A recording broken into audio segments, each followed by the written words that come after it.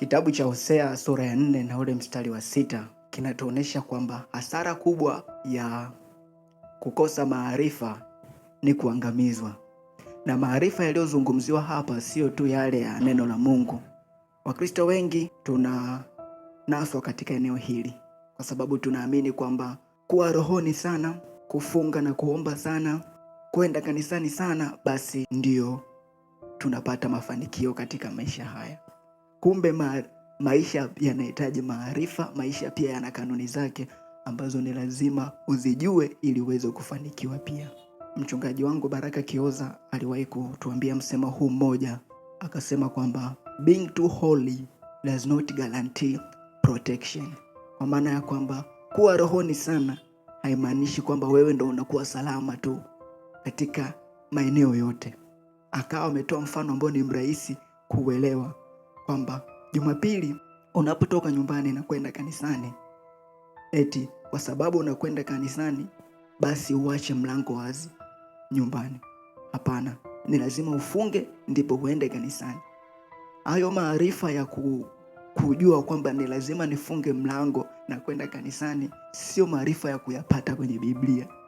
Ni maarifa ambayo ni ya kawaida kabisa. Sasa Wakristo wengi tunashindwa kutambua maeneo hayo, kwamba kuna eneo ambalo linahitaji maarifa ya kawaida ya dunia hii ili uweze kutoka katika eneo fulani. Ndio maana Paulo anatuambia katika kitabu cha Warumi sura ya 10 na ule mstari wa 2, neno la Mungu linasema, kwa maana anawashuhudia kwamba wanajuhudi kwa ajili ya Mungu lakini si katika maarifa. Juhudi sana katika Mungu, juhudi katika kuomba, juhudi sana za kuwa rohoni bila kuwa na maarifa katika eneo hilo ni bure.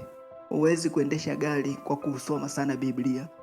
Huwezi ukatengeneza kompyuta kwa kusoma sana Biblia. Ni maarifa ambayo hauyapati katika neno la Mungu, lakini unayapata katika maisha ya kawaida ili uweze kutoka katika eneo hilo.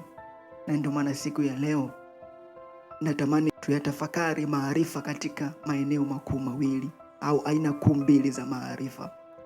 Maarifa ya kimungu ambayo kwa Kiingereza ni spiritual knowledge, na maarifa ya kibinadamu ambayo tunaita practical knowledge.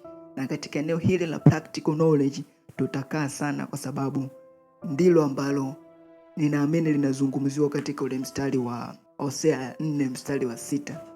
Watu wengi tunaangamizwa katika eneo hili kwa kutokufahamu, kwa kutokujua, kwa kutokuwa na maarifa katika maeneo hayo. Ndiyo maana tunaangamizwa.